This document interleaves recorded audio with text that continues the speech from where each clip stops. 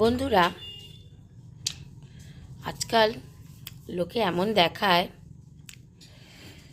একটা যদি কিছু কিনে নেয়, কিছু করে নেয়, ভাবে কি পাহাড় উঠিয়ে নিচ্ছে। আরে দায়িত্ব, যেটা তোমার দায়িত্ব সেটা তুমি পরিবারের মানে প্রতিকার করে ভালো করে পালন করো। দেখো, যখন কাঁধের ওপর বোঝা থাকে, সে বোঝা নিয়ে ভালোভাবে যখন যে চলছে, তাহলে তো সে মানুষ। তাহলে তো হ্যাঁ, চলো বাবা, অত বোঝা সামলে পরিবার ফ্যামিলি সব কিছু সামলে সব কিছু করছে। একা লাইফের ঠাটবাট দেখানোর কোনো মানে হয়? আমি যদি এখন একা থাকতাম,